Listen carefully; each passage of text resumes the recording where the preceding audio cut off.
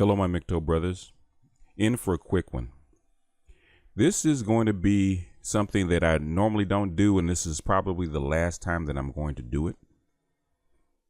It's something I don't like to put on this channel, and I purposely don't introduce it into this channel or talk about it. And that's politics and race, especially race. The reason I don't put race in this on this channel is because I don't think it's helpful.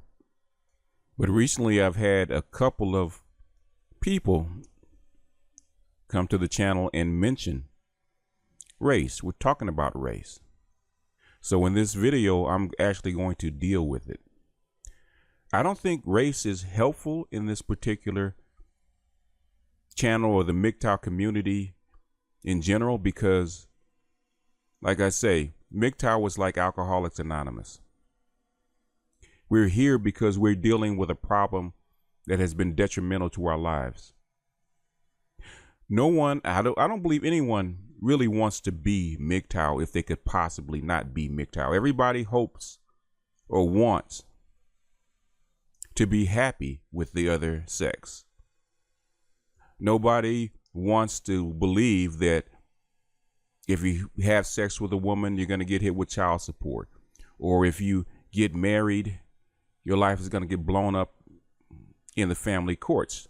Nobody wants to believe that. But the thing is, the reality is, it can and does happen. So whether we're racist or black nationalist or whatever we are, liberal or conservative, socialist or capitalist, it doesn't matter because the problem is the same. And we're here on the MGTOW channels and the forums in the community to make sense of it. Now, something about me, and I've said this in earlier videos, and anybody coming to the channel criticizing something that I've said or my opinion probably should go back and listen to the videos first, because I've said in a lot of my videos who I am and what I stand for. But I'm going to clarify it here once and for all. It's obvious that I'm a black man. Now, as a black man, it's obvious that I'm not an atheist by the name Black Gnostic. Now, I am a Pan-African. And in other parts of my life, I do talk about politics and race. But it doesn't belong in this particular forum because politics and race are not the problem in this particular forum. I am not a young man. I have a lot of well-earned gray hairs in my head from the trials and tribulations that I've been through. I am not asexual or homosexual. I do have children and I have grandchildren. I have paid child support for 25 years. I've been through pregnancy scares. I've been through the ups and downs with women. It's nothing new to me. I'm an old vet. So when a lot of young people come to my channel and challenge me on something that I've lived through, it's hard not to take offense. And there's a lot of older MGTOWs out there that have been through a similar experience. MGTOW was something that I wish that I had had when I was in my 20s. It would save me a lot of grief and a lot of heartache. But let me get into this. Now, a commenter on one of my videos mentioned that there are a lot of racist whites in MGTOWs. Let me get this right up front. I don't give a shit. As long as they're coming here for the same reason I come in here, I could care less how racist they are. They could be white nationalists for all I care. We have a similar problem, and that's why we're here. When you're in Alcoholics Anonymous, as long as that Klan member leaves his sheet at the door, you enter as brothers. And as long as that meeting is going on, you're brothers, because it's alcoholism that you're both trying to conquer. It's the same devil that you're after. The other thing that says African American, the black community has been a blueprint for what will happen nationwide. It's probably not true because of the work that I've done over the last 30 years. You got to remember, the black community is much, much, much smaller. So we are the canaries in the coal mine. Because our community is smaller, the effects will be seen in our community first. That doesn't mean that the policies that are passed doesn't affect all communities. It does. To say that it affected our community first is not true. Yeah, welfare hurt us and our women left us. True. But the thing is, in 1970, when they passed no-fault divorce, 80% of white men lost their families and had to pay alimony. I remember when I was a kid and abortion had just been legalized nationwide, and we were doing debates on it. And it was in a white school that we were debating it. Feminism was being debated in a white school. It wasn't talked about when I was in a black school. It wasn't even mentioned. No-fault divorce was talked about in a white school because that's what was affecting white children back in the 70s. I'm old enough to remember when girls couldn't wear pants in school. They had to wear dresses. I remember the first time it got introduced where girls could wear pants on Friday. That was the first sign. That was in 1970s. I remember when feminism was a joke. I was watching Johnny Carson as a kid one late night when Joan Rivers was interviewing Esther Villar because she had this outrageously new book called The Manipulated Male. And all the feminists were attacking her then because they thought she was crazy. Esther Villar is not black. And white men in America and black men in America hadn't even felt the shock of being feminized. It's always funny to me when people or men that weren't even born yet talk to somebody that actually lived through the period. I was a child of the 60s.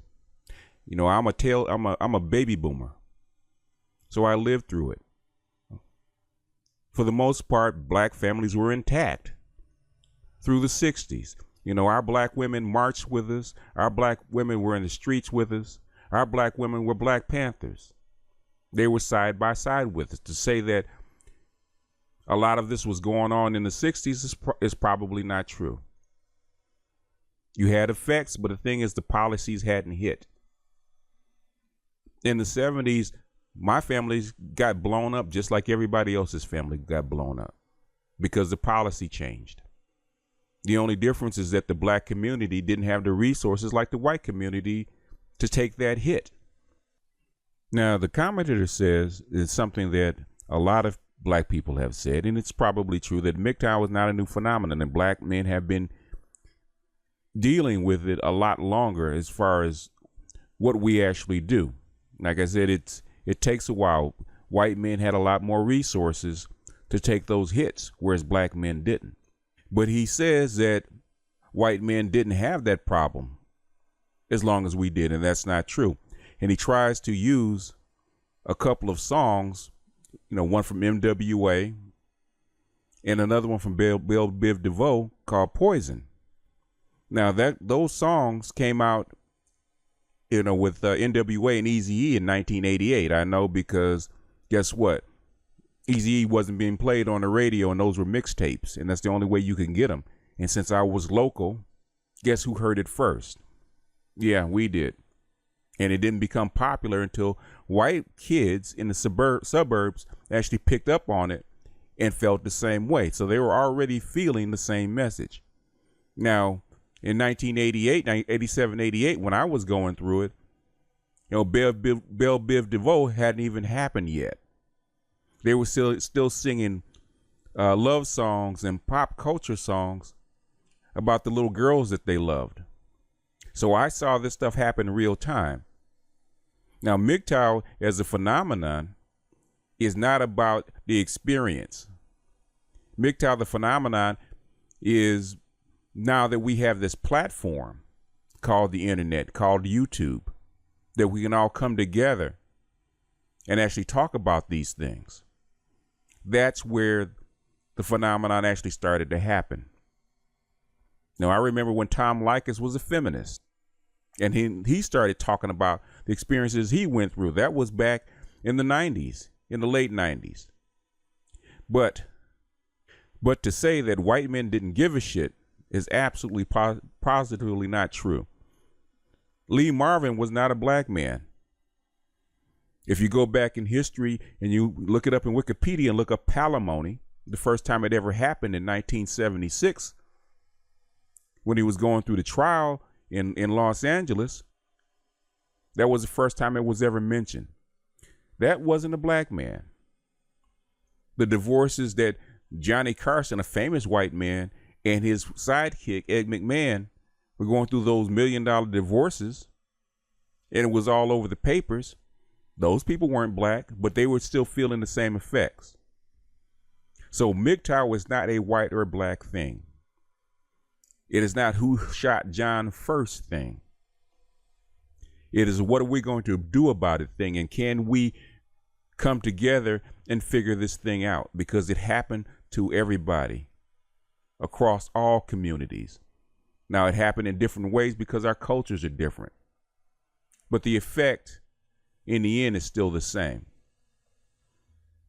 Now, he talks about us being first to talk about it, or talk about it in songs, or talk about it in public. I remember an old singer called Jim Croce back in the 70s, when I was in middle school. He was singing about being jailed for child support. That was back in 1972. He was a white guy. Harry Chapin was a white guy, but his song Taxi talked about female hypergamy way back then. So MGTOW as an experience is not about black or white. It's about being male and dealing with this feminized and feminizing society as it was back then. But to wrap this up, I'm going to leave you with a comic called Sam Kinison, something that he did back in 1985. It was a white guy, and he was very popular amongst us men. And what he says about marriage and women would fit right in with MGTOW today, even though it was said 30 years ago. I'm going around the country. I'm trying to get as many people as I can not to get married. I promise never to get married. I've been married, and I'm just trying to help. Okay? So here's never been married? You never been married? What's your name? Michael? Well, Michael, if you ever think about getting married, if you ever think you've met the right woman, you want to settle down, change your life, you do me a favor, Mike? Remember this face.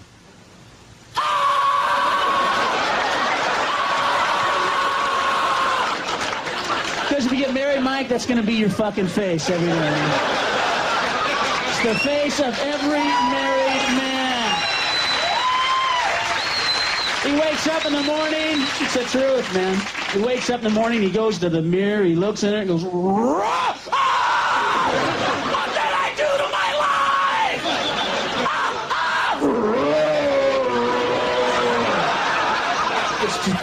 It's true, folks. Well, there's one good thing about marriage. I don't want to put the whole institution down. There's one good thing about marriage. Best thing about marriage is that these are connected. They don't come on. Because if they did, your wife would take it as soon as you got married. You go, you're married now, you won't be needing that.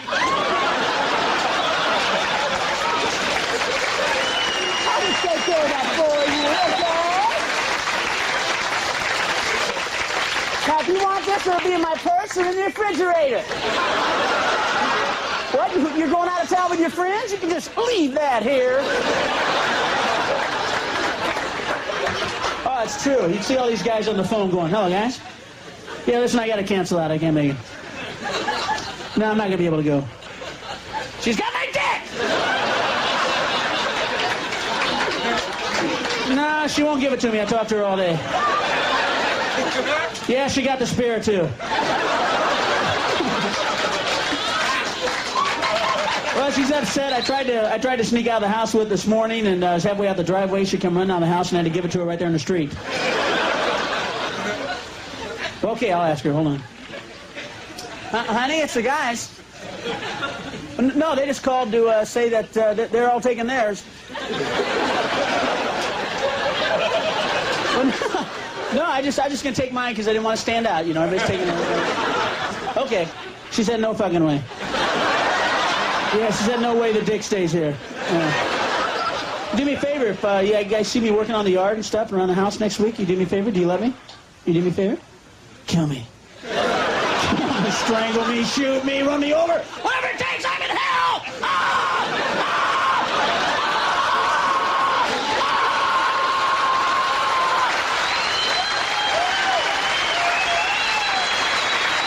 Hey, I'm just trying to help.